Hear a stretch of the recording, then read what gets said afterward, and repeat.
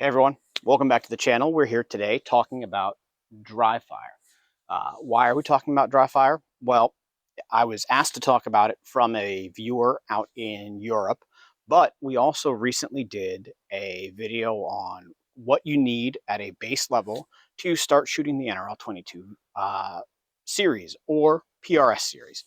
Video is going to be found up here, guys. Also, after that, I did another follow-on series about what you need to really be a serious hardcore competitor. That video is also going to be found over here. So this is a follow-on to the second video in which I talked about dry fire practice and a growth mindset being essential to being a serious competitor. So what is dry fire? Well, I have no magazines out here. I have no ammunition, and I'm in my backyard, not at the range. Why? Because I'm not shooting any ammunition.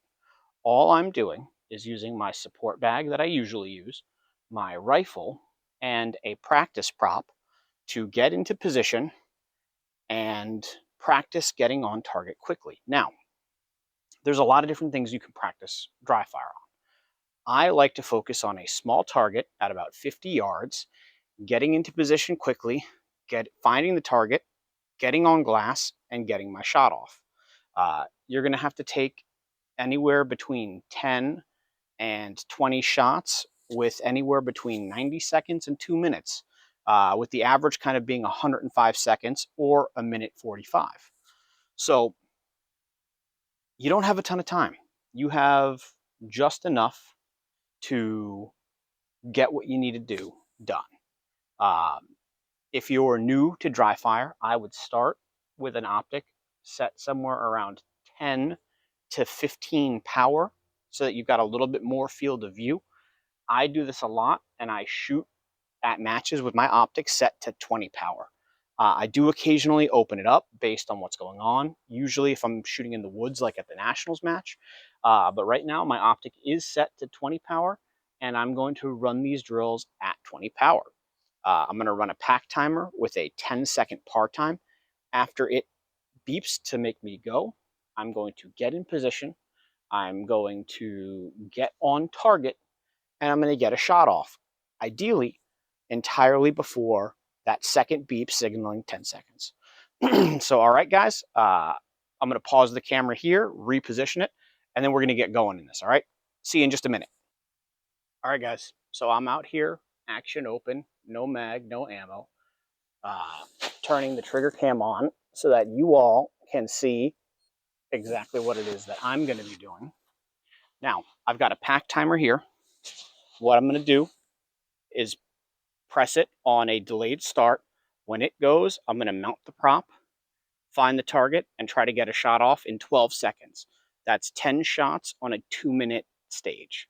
All right, guys, everybody ready? All right. Stand by.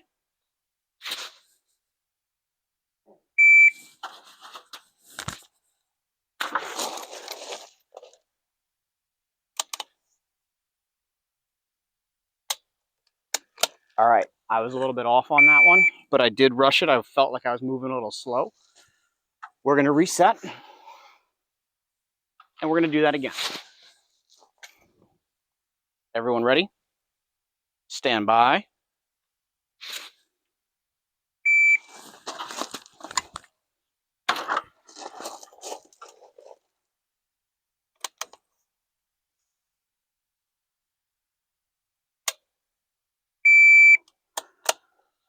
All right, that one was a lot better of a potential impact, right? That was pretty much on target. Press the trigger, good follow through, good release. That was, it was slow, but it was good. We're gonna go again. So reset. Ready? Stand by.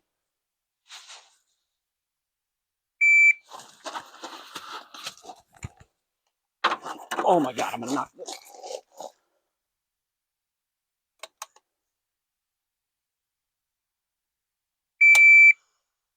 That one I wasn't off in time. Well, might have been, but you know, it was a little bit less than ideal. I also knocked the crap out of the ladder, which is not particularly ideal as a competitor either. Try not to smash your props. You want to be, you know, safe in what you're doing. So we're going to give this another go. Stand by.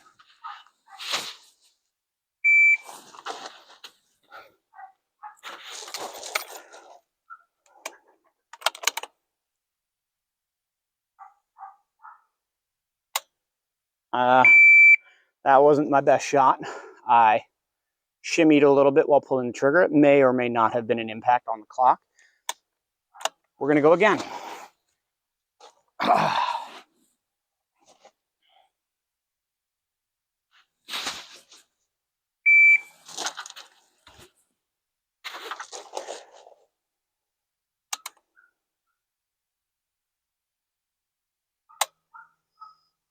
That one wasn't bad.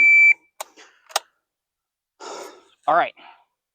So you can see I'm getting on target as best I can, as quick as I can, settling my sights and pulling the trigger.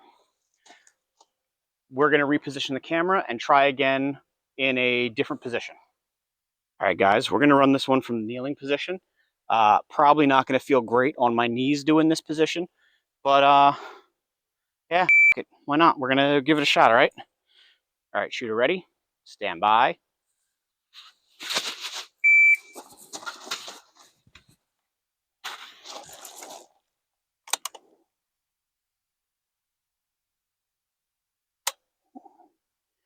All right, so what you can see in that one was I was a little low right, and I flinched or shifted.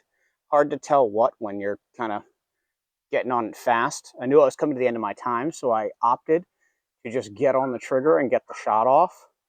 May or may not have been an impact on the clock, but we're going to reset. We're going to do that again, and we're going to take a look, all right?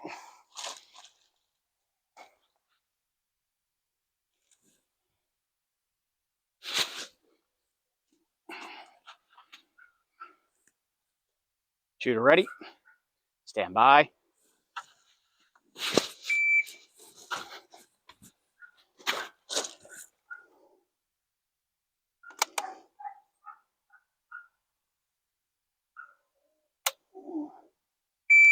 That was a lot better. I was at the top of the target when I pulled the trigger. Again, depending on if the round falls low or high in the standard deviation of the round, could be a hit, could have gone over, but that's going to be a lot closer than that first iteration was. We're going to do this one more time, and then we'll talk about it a little bit more, all right? So, reset. Stand by.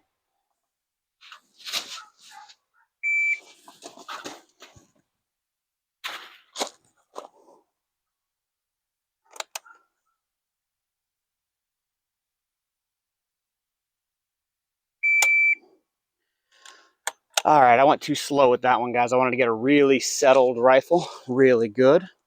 I probably could have done that better, although that likely would have been a hit. So I'll readjust the camera and we'll talk about this. All right, guys, so that was a really short and really sweet video on how I like to do dry fire. I usually do it here in my backyard, though not on this side. I typically do it on the other side where there's grass and it's soft and it's nice.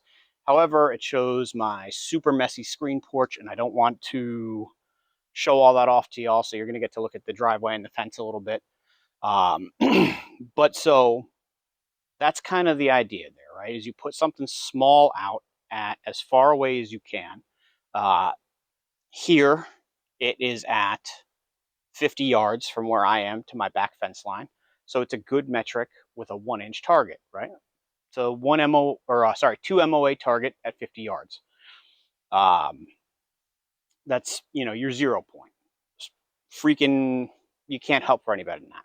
When I do this stuff inside, I tend to put, even smaller targets, like the size of a Sharpie tip dot on a piece of paper, and I will run magnified out significantly because I don't have nearly as much space as I do out here in the yard. There are dry fire training systems. I personally don't own one. I do know people who really, really like them. If you want to see someone who has one and uses it to train, check out Black Plague Precision. He has a dry fire training system that he uses for centerfire F class, and he's really liked that. Me personally, when it's nice out, I come out here in the yard and do it as best I can out here. You may see them running around in the background here, but the dogs are outside hanging out with me. It's good. Something I will also do is use cheap ammo that I don't have any data for and shoot at targets at 50 and 100 yards and try to basically correct as if it were wind, looking for my misses and looking for where my impacts are on the target. That's another great training tool. Maybe I'll do a video on that in the future. We will see. I'm not 100% sure yet. But for now, guys, thanks so much for tuning in. I hope this is helpful to people who are looking to train. Again, it wasn't really my best showing today. I'm kind of just throwing this video together quickly so that I can get something out for you this week. When I dry fire, I try to do it for anywhere between a half hour and an hour. I try to do it at least once a week minimum, and it makes a significant difference in your performance at matches. So being able to dry fire is a huge thing. So guys, seriously, get out there, practice, shoot, go to matches. Hopefully I'll see a bunch of you this year at matches all over the place. So guys, thanks so much for coming out. If this was helpful, please comment, like, share, and subscribe. And I'll see you all in the next one. Thanks so much, guys. Have a great one.